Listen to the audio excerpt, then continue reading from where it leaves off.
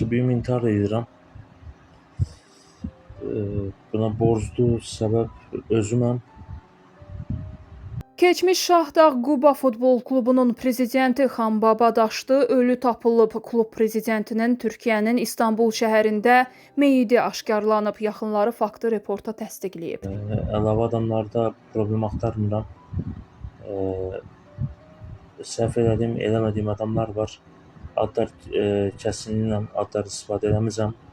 Qeyd edək ki, ötən gün Xanbaba Daşdı özünə aid sosial şəbəkə hesabında intihar edəcəyi ilə bağlı video paylaşıb.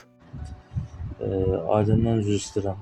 Məni sevən dostlarımdan üzr istəyirəm. Yaxşı ki, siz tanımışam. Yaxşı ki, varsınız.